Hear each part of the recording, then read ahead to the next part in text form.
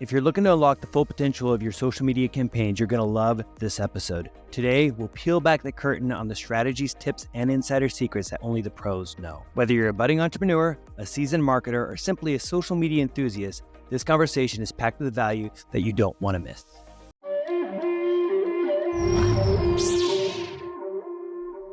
Today's guest, Robert Brill, is the CEO of Brill Media, a media buying agency that focuses on precision advertising for business growth. For 3 years running, Fast Company has called Brill Media one of the fastest growing companies in America. I have a feeling social media marketing has something to do with that. Now we get to learn some of his secrets. Welcome, Robert. Thanks for having me, guys. Appreciate it. Happy to have you here. We're going to dive right in. Can't wait to hear some insiders tips from you, Robert. What led you to specialize in ad buying? Well, 2 weeks out of college, I got my first job at an agency as an assistant digital media buyer. And I was specifically targeting that job because I learned a few years earlier the different types of work you could do in advertising while I was still in college. And I knew I wanted that exact title.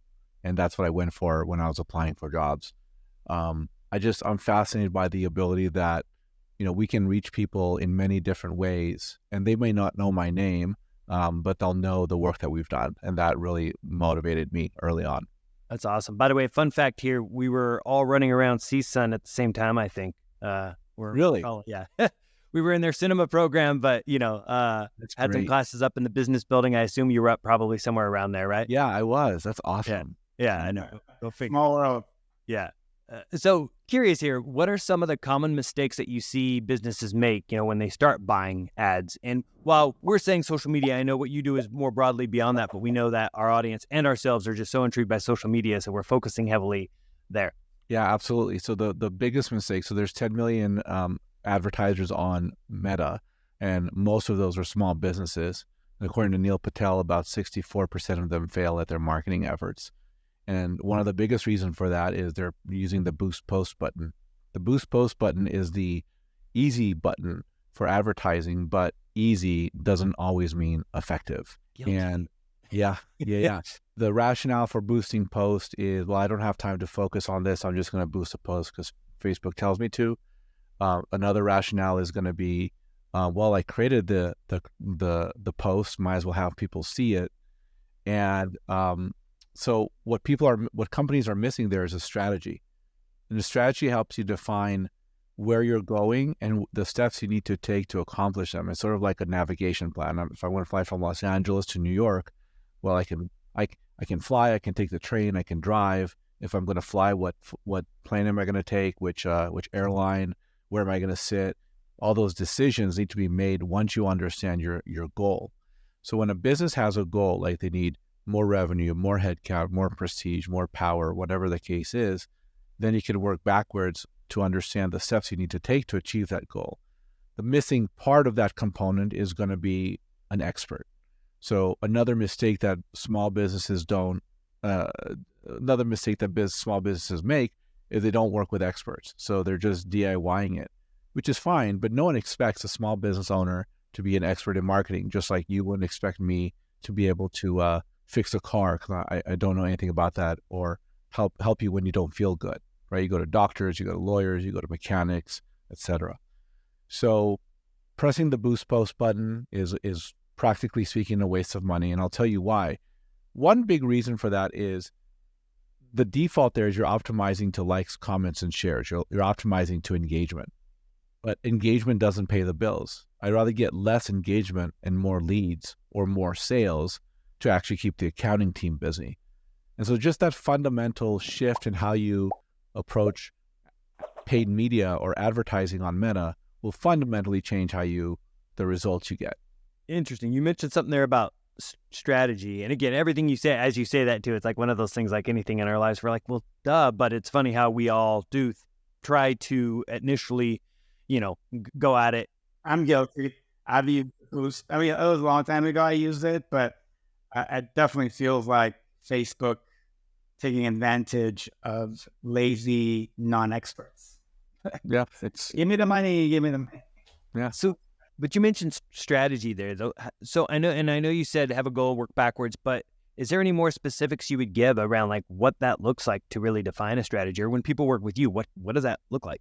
100%. So when we talk about strategy, we talk about the key performance indicator. Do you need leads or sales? What are you working towards holistically in your business? What marketing have you done in the past? What's worked and what hasn't worked about the marketing you've done in the past? Who is your customer? Meaning, what's your ideal customer profile? There's a whole slew of questions to answer about your customer profile, like what do they read? What do they watch? What's their income? We look at your transformative value. Why does your ideal customer work with you? So we look at all those elements, and a lot of that information can be either directly shared from the business to us, or we can help ask the right questions to get that information. And then you pair all that stuff, including the economics. I didn't mention the economics. So what does it cost to acquire a customer? What is the lifetime value of a customer? So you pair all that information, including the economics, and we then go to work and say, based on everything you're trying to accomplish, you should run ads on, I'm making it up, Google, Meta, and LinkedIn, right? And even then, it's not a static plan. Like, we're not just running it for a year and saying, hope it goes well. Good luck, guys. But what we're doing is we're testing. There are key moments in the campaign that are calibration points where we can say, well, we're not doing well on this platform, so let's move the budget into a different platform.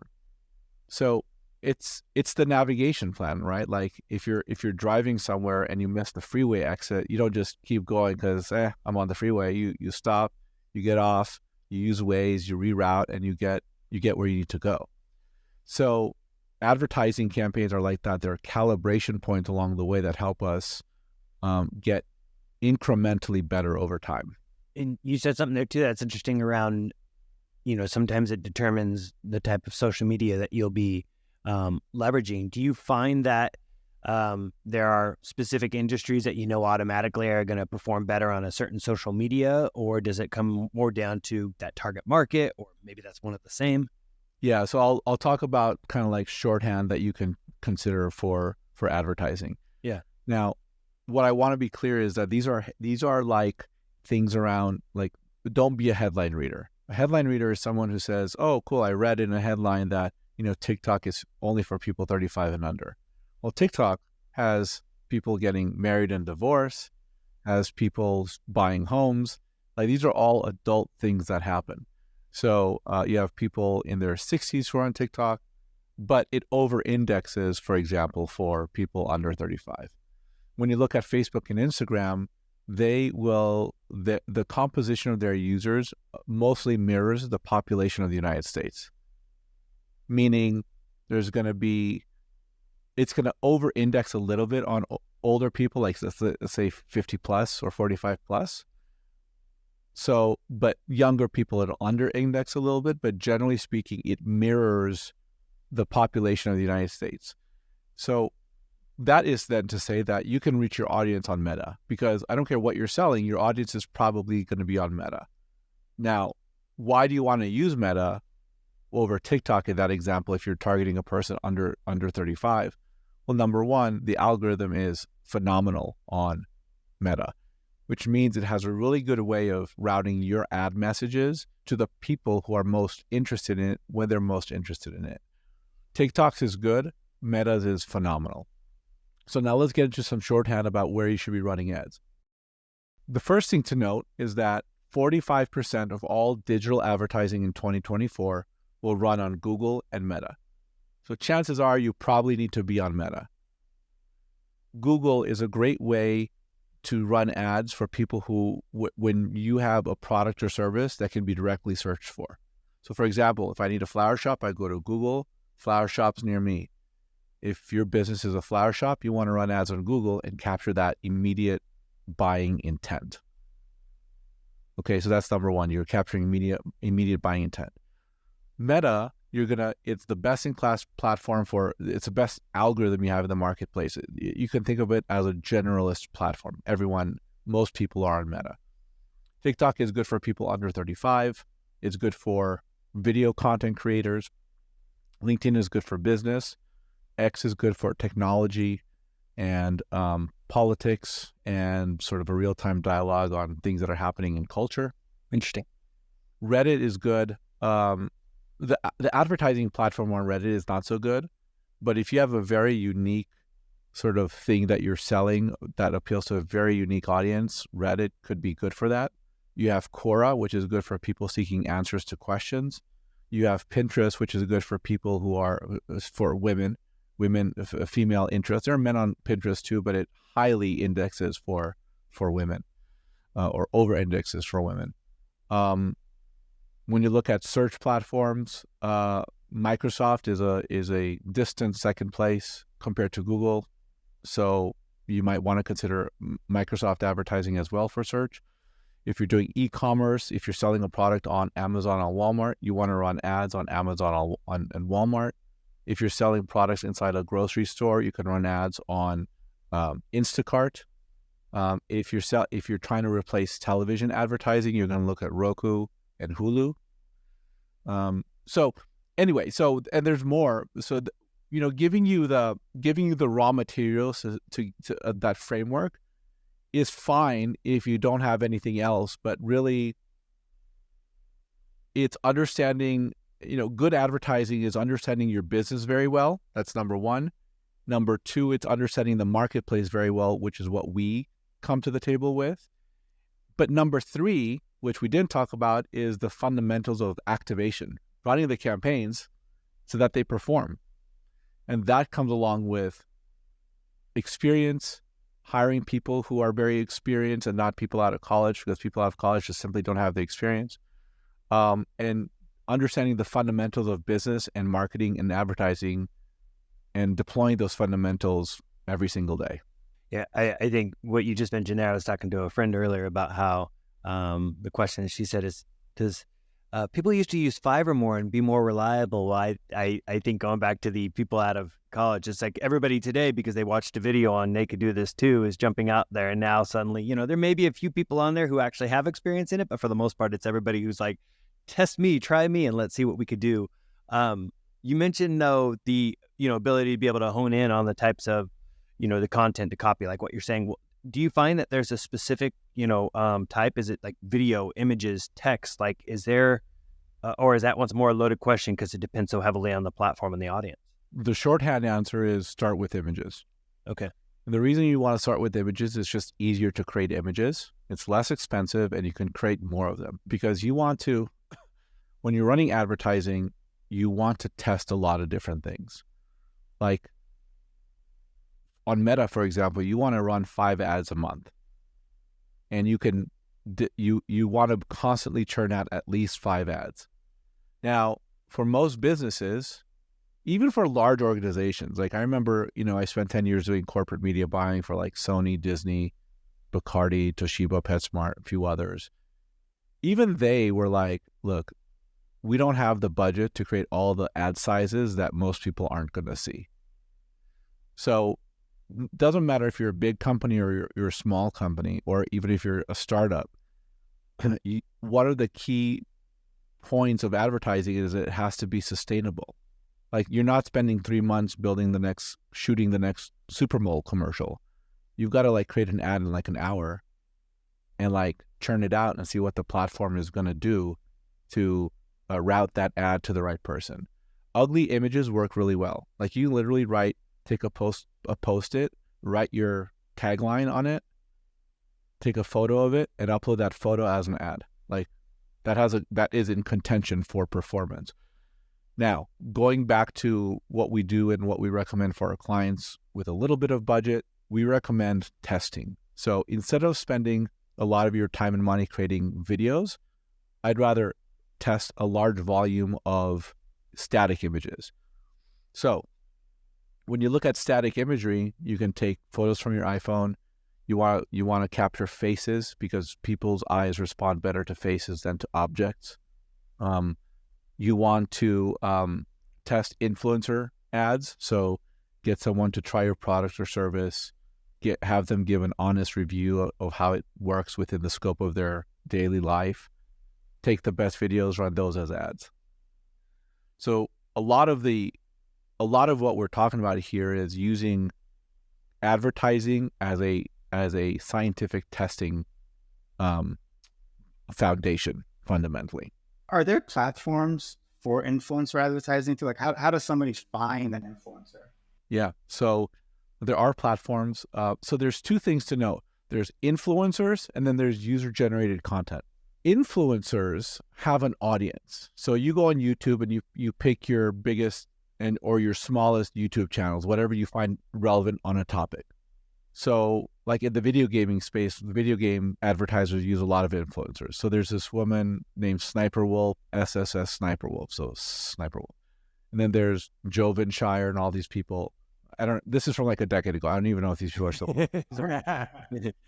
So they create content and the video game advertisers will go like, all right, cool. I want you to play my video game on my channel, on your channel, I mean.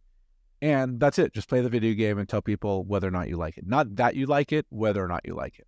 So that's a video game example.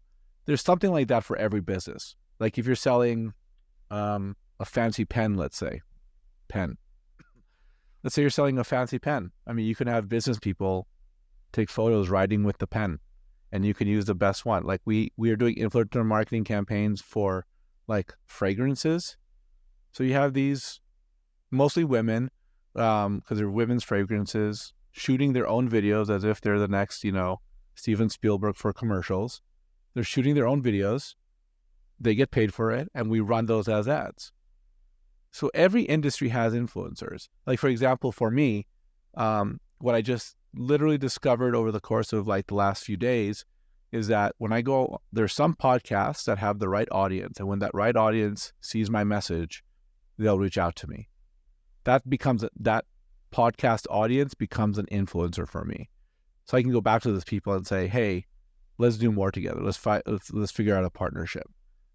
And so at the end of there are influencer marketing platforms. IZEA is one. Literally, if you Google influencer marketing platforms, you'll find a bunch. So there's influencer marketing platforms, and then there's UGC, user-generated content. UGC platforms or UGC creators are like influencers in that they know how to create really compelling, interesting content, but they don't have an audience. So think about, there's this, I don't know her name, but there's this one woman that I follow on TikTok, and she's like a genius at creating product photography. So what she does is over the last 3 years, she's gone from, hey, I know how to make this breadcrumb look like the most fascinating breadcrumb in the world. Literally one of her videos is about a breadcrumb. That's crazy. And she films it and does all this cool stuff with the great lighting and the background and whatever.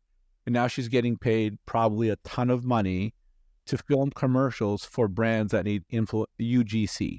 That's awesome. So you take the UGC video, then you run it as ads, and it's in rotation. And you can say, well, this UGC did well, or this doesn't, and you can compare it to your static images. So there's a lot to do. You mentioned something there too about, and coming down to the test, like what does that look like for you or Brill Media in general? Like when you guys are engaging with someone, like what are the expectations you set? Is it that, okay, well, when we start here, yeah, don't worry, we'll have this all figured out for you in 2 weeks, you're up and running? Or is it, we'll have it figured out for you in 6 months, but it's going to be really good in 6 months because we're going to go through all those tests and iterations to really find what is optimal?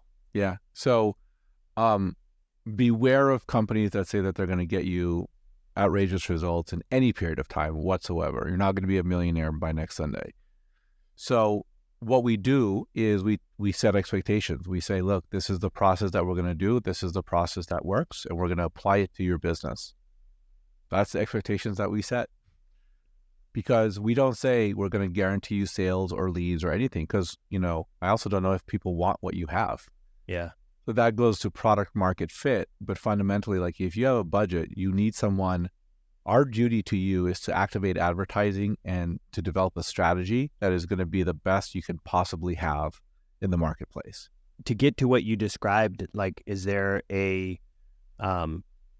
average or a typical sort of, number of iterations or tests that you have to do before you actually, I guess on one hand, you might get to a point where you're just like the product market fit could be a challenge, but do you find that if product market fit is there, that there's a certain amount of like iterations and things that you need to get through to be able to really find solid performing ads? It's directly dependent upon product market fit. So what I mean by that is like when we sell tickets to Cardi B and Hugh Jackman and other, shows, product market fit is there. There's a built-in audience for people who want to see Cardi B in concert. There's a ton of demand and very little supply. So that just kills it. But if I'm selling something for, like a small accounting firm, a startup accounting firm, which I remember we worked on for a while, yeah, it's going to be trouble developing product market fit, because running ads that perform, because they don't have product market fit yet. They don't know how to talk about themselves in a way that's relevant to acquire customers. Now, we can help them with that. We don't go to market as we're going to help you with product market fit. We go to market as we're going to activate advertising in the best possible way for your business. Advertising can be used as a method not to achieve sales as your primary goal. Put that as a secondary goal. But your primary goal on advertising could easily be, we want to achieve product market fit. That's what I wondered. Okay. Yeah. And so the testing you're talking about, I'd give it at least 3 months. But within the first month of your running ad, you're going to get you're going to get feedback. And within the first few like week and a half, you'll get feedback. You just don't want to take the feedback too early and make big decisions about it. Everything we do is iterative. It's small. 1% improvement every day, 37 times improvement over the course of a year. Interesting, because in that scenario, it could literally be, as you said, if you find some images that work really well, but then you may hone in on specific word choice, I assume, that might change the 1%? 100%. So I'll give you an example.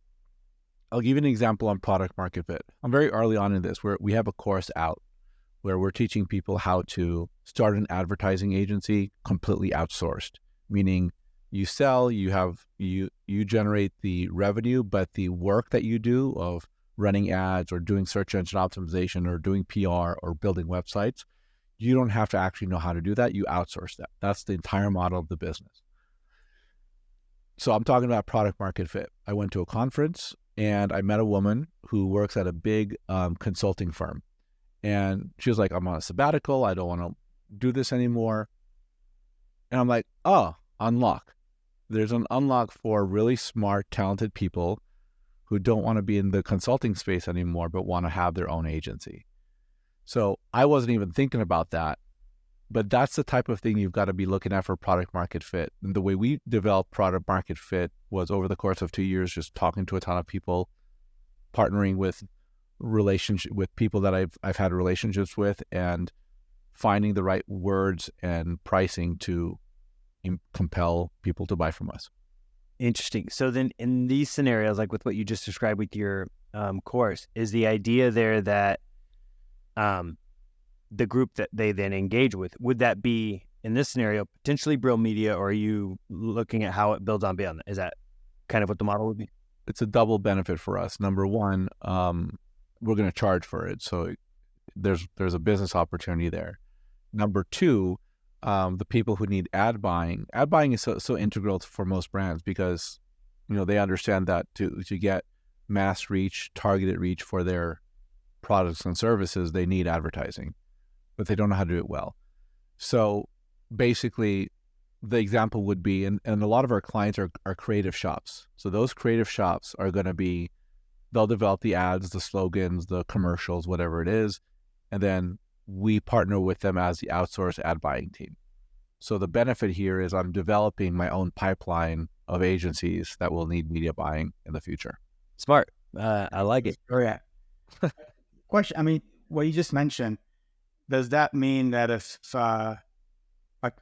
I wanted to, Michael and I wanted to work with you, but there is no creative agency involved, do we come to you with our own creative and copy, or is that something you guys also do? We do that as well. Okay. We just don't go to market as that, because we don't want to compete with our clients. And, there's creative production that you don't get out of bed for $25,000. Just like, if it's under $25K, I'm going to pass on it.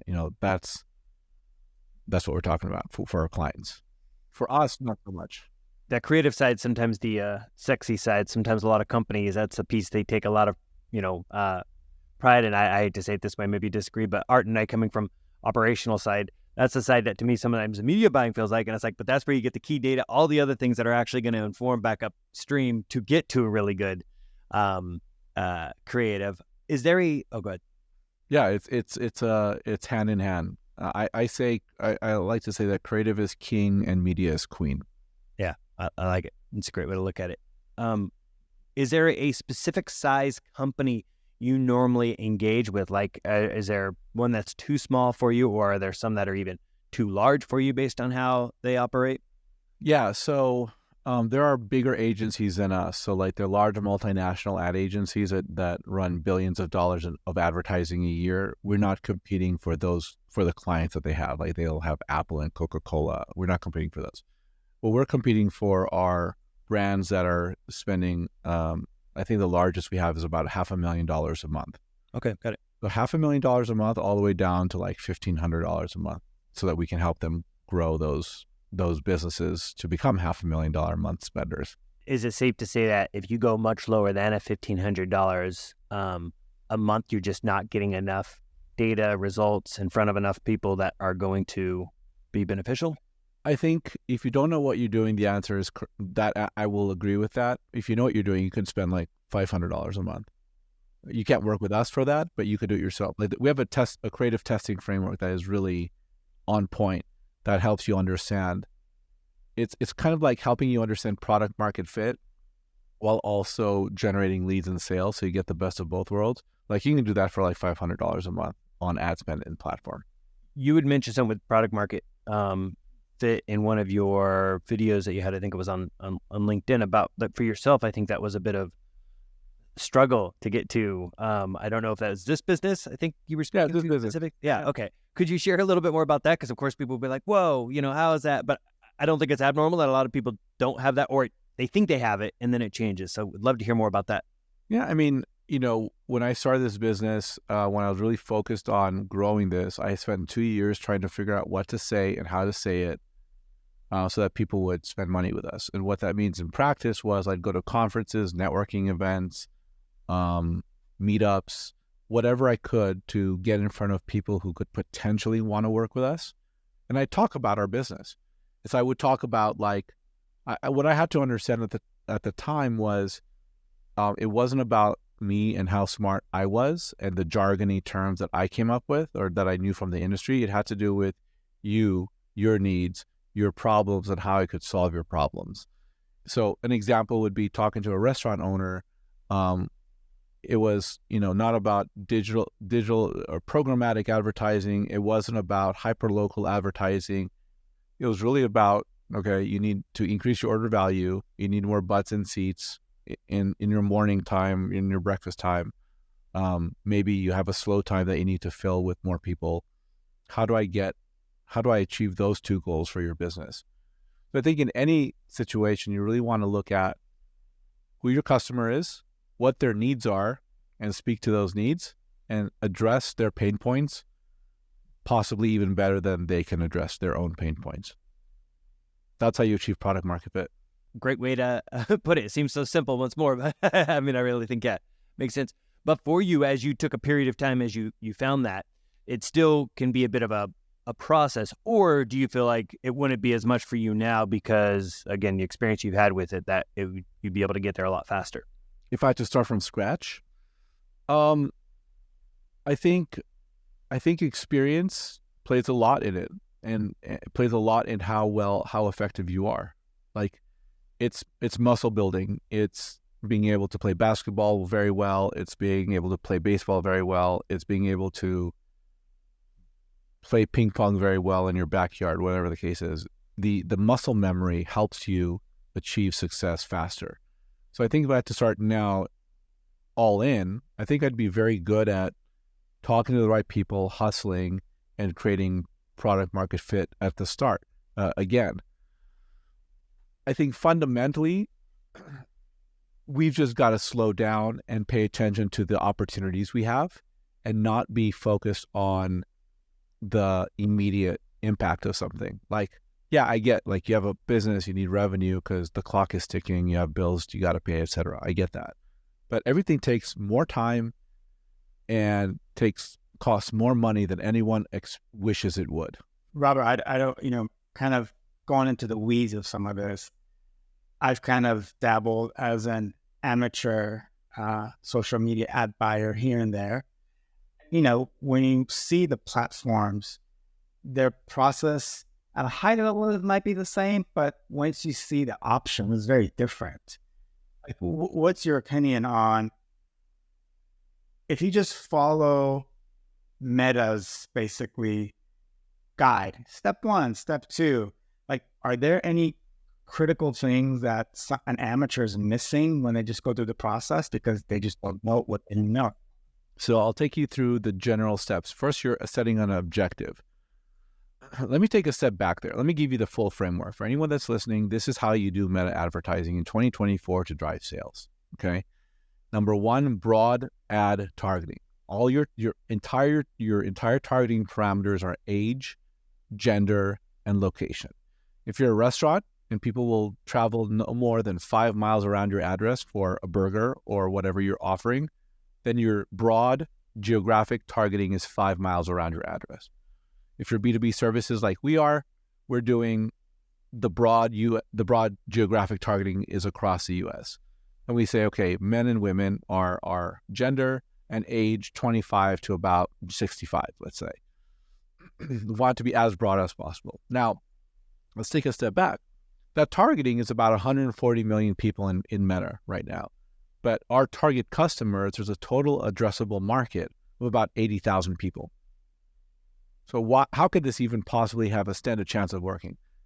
It works because Meta is really good at understanding the content and the context of your ad creative and routing your ad to the people who are most interested based on their browsing behavior on and off Meta properties. So that's your broad target. You're not doing interests, you're not doing keywords, you're not doing lookalikes, you're not doing retargeting, none of that. The only caveat I would say is that if your campaign flight is going to be like 2-3 weeks, then you do the normal way where it's interest, keywords, lookalikes, and retargeting. But if you're going to be on a campaign for if you just intend to grow indefinitely, then this is the setup for you. The next thing you're going to do is creative testing framework. Start with 5 ads. When you have 5 ads, you're going to end up with 5 headlines at the bottom, 5 primary texts at the top, and 5 images or video in the middle. Okay. What you're going to do is disassemble all those elements, and you're going to mix and match all the different headlines with all the different primary texts with all the different images or video. When you do that, you're going to have 125 possible ad variations. So what you're going to do is you have to commit to making those 5 ads, which then creates 125 variations. Then you optimize to leads or sales, and it will tell you over time. And I have a 13-minute video on our website that goes into the scientific component of this. You're going to do control and variable testing for the first few days. Anyway, at the end of your first month, you will have one ad that you will know is your absolute best ad. And that ad is a signal from Meta and its customers back to you about what they want from your business. It tells you how to talk about your business. It tells you the products or services that are relevant. It tells you the offers or discounts that are relevant. So that's the framework for, you can spend $500 a month, you can spend $50,000 a month doing this. Now, when you're buying ads in Meta, there's a few key beats that you're looking for. You really want to, for most advertisers, you're going to optimize to lead or sale. So don't click awareness, don't click traffic, click conversions or leads or sale, one of those, because they keep changing the names of the buttons. That's number 1. Number 2, do that broad targeting, age, gender, and location, and keep cycling through new creative until you find an all-star team of ads that can't be beat. They keep getting the leads and sales for your ad account, and you can't turn on new ads because the budget keeps getting eaten up by your absolute best ads. That's where you want to go. Just to make sure I understand that right. So, meaning you're competing against yourself, and it's therefore driving the price. Well, I guess not driving the price up, but it's taking away your budget because you're fighting against that other ad for attention. It's taking away your budget in the sense that you can't turn on new ads because you have such strong ads already that those best ads keep getting the spend, and the spend keeps turning into leads or sales so effectively that there's no other, you can't turn on any more ads, because when you turn on new ads, they just don't spend, because Meta knows that if you want to achieve your lead or sales objective, it has to deliver your absolute best ads to win. Huh. I wouldn't have thought about it in turn. I mean, it makes perfect sense, but competing against your own, because that's the only way that's what you're doing if you're fighting for the best ad in the that space. So, and you need lots of ad creative, which is where you need AI to help you develop ads. And so it's just the targeting comes from the ad creative, not the targeting settings. So you're not going to do the keyword or interest targeting. If the niche is developed in the ad creative itself. And you just mentioned AI, which was going to be another question I want to dive into, because I wasn't sure how you felt about it, since, there are some who will jump in and say, no, AI doesn't work. Sometimes that's defensive of a business. Sometimes it's the reality of it. So I'm very curious, where do you think AI makes sense in this space? And are there specific tools that you also recommend? We built a chat agent in ChatGPT when that functionality came out. And it's natural language building, meaning you tell the agent what you want it to do, and you keep telling it more intricate details of what you want to accomplish. And that chat agent for us now knows how to write copy for us. Yeah, it's good. So when we write copy, we get more ads that we can then test. It's human curated, but we get more ads that we can test. The chat agent understands the copywriting frameworks with the top copywriters. It understands that we can ask it to scrape an advertiser's website so we can understand how the advertiser is currently talking about its business. And it understands the ad specifications for all the major platforms. So if we say we're running Meta ads, it knows the types of creative to develop, but it's different than if we tell it to create Google ads. Yeah, very cool. In that scenario, you built that because A, you have your own, call it secret sauce or approach, but also B, you weren't seeing something like that out on the market. Have you seen other tools that you feel are doing a decent job of that, or maybe that you leverage that you haven't built internally? Yeah. So, generally speaking, we use ChatGPT for as an acceleration tool. We use Grammarly to make our copywriting or our report writing or email writing more compelling. Grammarly has some AI built into it. We use originality.ai to ensure that when we're writing SEO content, that it doesn't get flagged as AI written content, which, our processes don't use AI written content. That's the first step, but that's kind of like a spot check here and there. And then, I'm trying to think of other things that we use routinely. I use Midjourney. Like we have ads running that are developed in Midjourney. Okay. Yeah. It just accelerates. It's an expression tool, right? Like I don't know how to have a vision for something and then draw it out in any capacity, but with Midjourney, I can do that. How about the AI functionality within the ad platform? Like, is that, I've seen Meta's offer different headlines or copy. Are those? I haven't used it. I haven't used it. Maybe our buyers have used it, but typically, one of the things that's important is, when we get ad creative, we have to stick to the ad creative that we've developed. Meaning, if a third party, and most of our ads are developed by third parties, like our clients develop their own ads with creative agencies, we have to use those ads. When we develop ads, I'll if I'm developing ads for my business, I'm probably doing that outside of Meta. I can give it a try as well. But it's also about a workflow. What's a workflow that makes sense for me?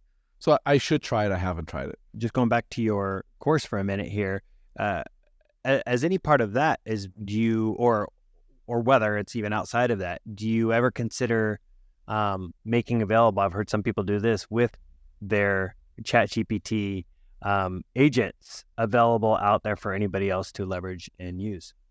Yeah, those ChatGPT agents, the one that we created is public. I have to find the link. Yeah, it's a public thing. We're just not marketing it because there's a lot of things we need to market and. Sure. Right. Exactly. Priorities. But I think, even in creating the course, I've used ChatGPT to help me understand, okay, a person who is in this certain mindset of this ideal customer persona, what are they interested in? And so it helps me curate and understand what I should be creating content about so that it's relevant for my target audience. Makes, a lot of sense. I've leveraged it for something similar. It's actually pretty amazing how well it can respond to some of those things where suddenly I'm like, wow, that's actually the language I've heard from some of my, target market, if you will. So 100%. when you talk about ads, is retargeting just considered part of that and a general strategy, or do you see retargeting different from when you think about, just that sort of general eyes that you're trying to reach when it comes to advertising? Yeah. So retargeting is a stalwart. It's an important tactic. It's just kind of like built into everything we do. So like even when we do broad targeting on Meta, I know that retargeting is happening because our frequency is over 1. So if we were targeting people, if we were doing prospecting, our frequency on our ads would be 1.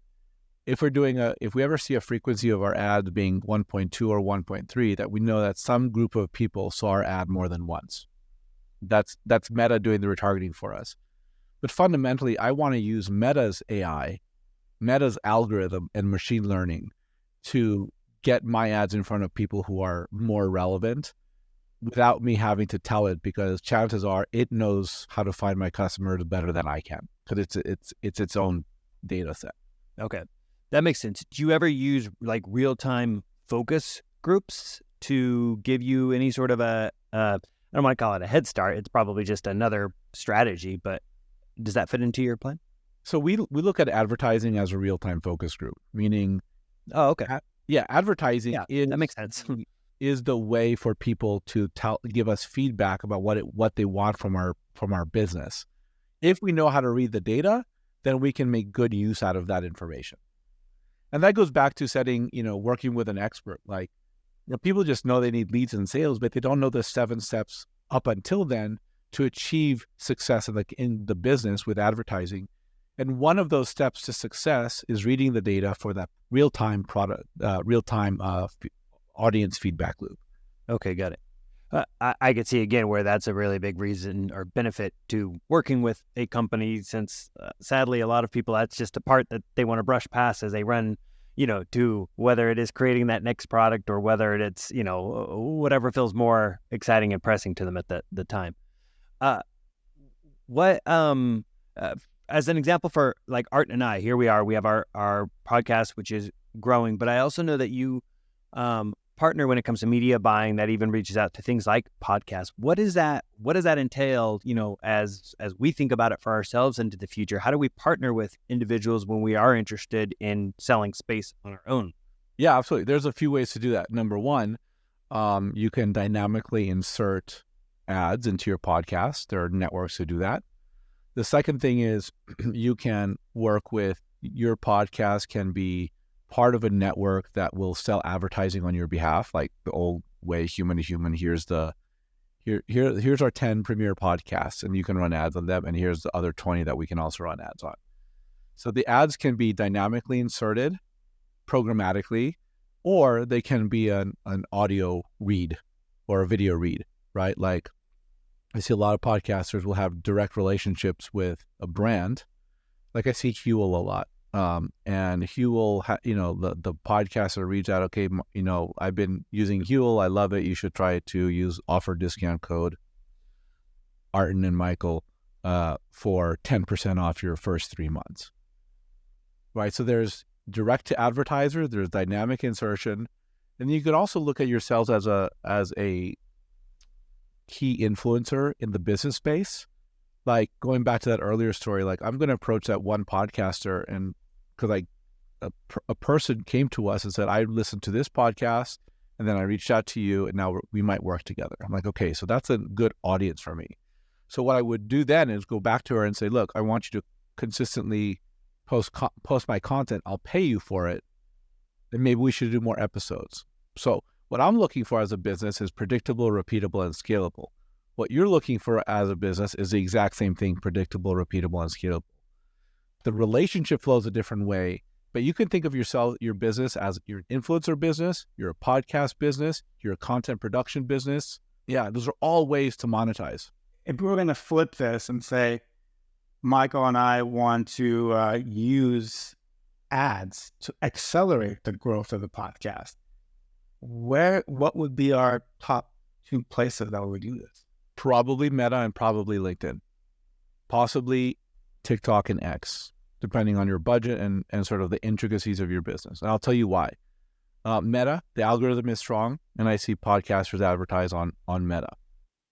And so I'll actually add a fifth one, which would be other podcasting integrations. Meta. So then I said LinkedIn. LinkedIn is good for the business audience. You could take your clips, activate them as ads, and get listeners. You can use X because X is a real-time conversation about whatever is going on in the world. And if you have topics that are relevant, you can put that out there on X and advertise on X as well. TikTok is a good discovery platform. I've literally gone from a TikTok video, search for the video on YouTube, and watch a full-on podcast episode, and came back to my TikTok feed an hour later. I was like, oh, this is where it started. Okay. So both content discovery and ads, content posting and ads would be relevant there. The last one would be, and I think very relevant for you, and possibly even the first place you'd look, is integrating your podcast as an ad into other podcasts. So going to another podcaster and say, hey, will you please air our 15 or 30 second audio on your show? And happy to reciprocate that type of thing. Those are the places I would look. Interesting there, because in that case, if it's a reciprocation sort of scenario, it might even be a no fee. Let's just help each other out and grow. So that's an interesting one to do. Where the TikTok one you mentioned, we actually haven't started posting there, but we plan to soon. And then I think the ad side of it is also something very interested to explore a little bit more in that area. Do you think Meta? I know you've talked highly of Meta, and I'm just curious about. Some people will be like, oh, well, it used to be so much easier to just advertise on Meta and then you got customers.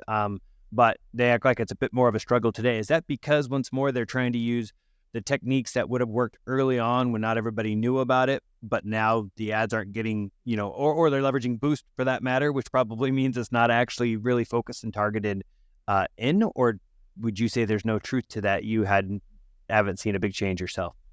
I mean, there's always changes in Meta. I think you're going to see people on X all the time talking about how the good old days were in 2017 on Meta, whatever the case is. It's like, okay, the good old days for me were like 2012. Something. It doesn't matter. The good old days don't matter. What matters for me is what's happening today that we can leverage. And the sign of a good practitioner is someone who isn't yearning for the past, but someone who is activating and understands the methods and practices that work right now, today. And that's I don't care about the past. I care about the future. And do you think that when it comes to ads, people are better off advertising to get leads, to get buyers, to get people, to call it the lead magnet, for example, to try to warm them up to the brand? Is there an approach you think works better than another? Well, it depends on the business. If you're selling widgets, if you're selling, I don't know, screwdrivers, which I don't know why I have this or this. You never know. Yeah. Or fancy pens, you're doing e-commerce. But if the pen is too expensive, then you're doing a lead generation. But if the pen is not as expensive, you're doing e-commerce, like buy this product. Or my wife bought me like 10 of these where the widget, I like playing with this, right? So if you're running ads for this, there's no lead generation. There's just buy now. Okay, that makes sense. So a price has a big thing to do with it, and potentially what kind of offering it is. The consumer journey, right? If you're trying to sell advertising services, which is what we do, then it has to be a lead, because you have to know who we are before you're going to buy from us. That's just the way it works. Speaking of the leads, can you touch on pixels and kind of how that comes into play? Yeah, absolutely. When you talk about pixels, it's really the way to monitor how things are happening on your campaign, so that Meta has a feedback loop to understand what's working and what's not. So pixels are really good for the platform, so that the platform understands what's working, where to serve up ads, who are the people who are converting, and it's trained back between the website and Meta. So it's a real-time feedback loop. It's also good to understand from the advertiser's perspective when you get more activity and how that activity overall affects your sales, right? The challenge with pixels is that they can be duplicated. Not the pixels, but the conversions can be duplicated. So if you have one sale, it's possible that Google thinks that it drove that sale and Meta thinks it drove that sale. There are sophisticated and unsophisticated ways to dedupe it. The unsophisticated way is just to look at your overall actual sales, your source of truth sales, and determine, give credit to one platform and take away credit from another, or give half credit, or, you're doing it manually, especially if you're in a business like ours where you're talking about 10 or 20 leads a month that may turn into business. When you have high volumes, you can use customer data platforms and attribution systems to help understand at scale attribution, right? So if a person came in and saw Meta ad and Google ad, and they both want to take 100% credit for that one conversion, you can assign 75% credit to Google and 25% credit to Meta. That still gives you insight over time about your consumer journey and how people are experiencing your business through ads. How can people find you, reach out to you?